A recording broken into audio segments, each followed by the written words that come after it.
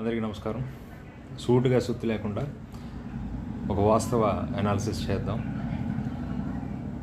అయ్యా జగన్మోహన్ రెడ్డి గారు మరియు వైసీపీ శ్రేణులు, మాజీ ఎమ్మెల్యేలు అందరికీ నాది ఒకటే వినపండి. ఒక సామాన్యుడిగా అడుగుతున్నా మిమ్మల్ని. మీరు అందుకున్నటువంటి రాగం అధికార వికేంద్రీకరణ, 3 రాజధానులు.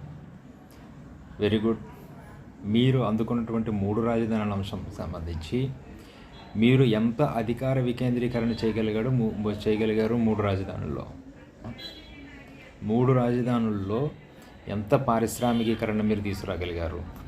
ఎన్ని కంపెనీలు 3 రాజధానుల్లో మీరు ప్రవేశపెట్టగలిగారు? ఎన్ని కంపెనీలకు మీరు అనుమతులు ఇచ్చారు?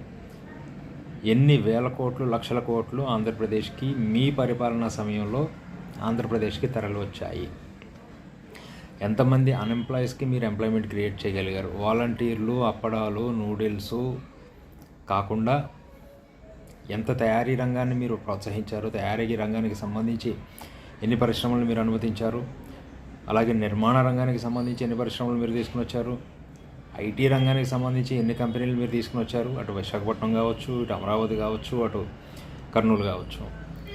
మీ మాజీ ఎమ్మెల్యే అయినటువంటి కేతిరెడ్డి వెంకటరామరెడ్డి మాట్లాడుతా, అమరావతి చిన్న చిన్న చేపల పిల్లలను పెంచితే పెద్ద చేపలు అవుతాయి, చేపల పెంపకానికి తప్ప దేనికి పనికిరాదు అనేటటువంటి వ్యాఖ్యలు చేశాడు. ఒక మాజీ ముఖ్యమంత్రి అయ్యి ఉండి 5 సంవత్సరాలు ఈ రాష్ట్రాన్ని పరిపాలించినటువంటి మీరు మౌనంగా కూర్చోవడం నిజంగా ప్రతి సామాన్యుడిని ఆశ్చర్యపరుస్తూ ఉంది.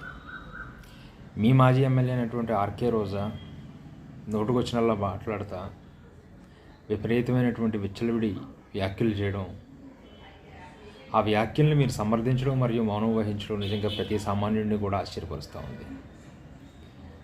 మీ ఎమ్మెల్యే అయినటువంటి మాజీ ఎమ్మెల్యే అయినటువంటి పేర్ని నాని బహిరంగంగా చీకట్లో కన్ను కొడితే తలకాయలు వేసుకోవాలని చెప్పి మాట్లాడుతూ ఉంటే ఆ వ్యాఖ్యల్ని మీరు సమర్థించడం, మౌనం వహించడం నిజంగా చాలా ఆశ్చర్యంగా ఉంది.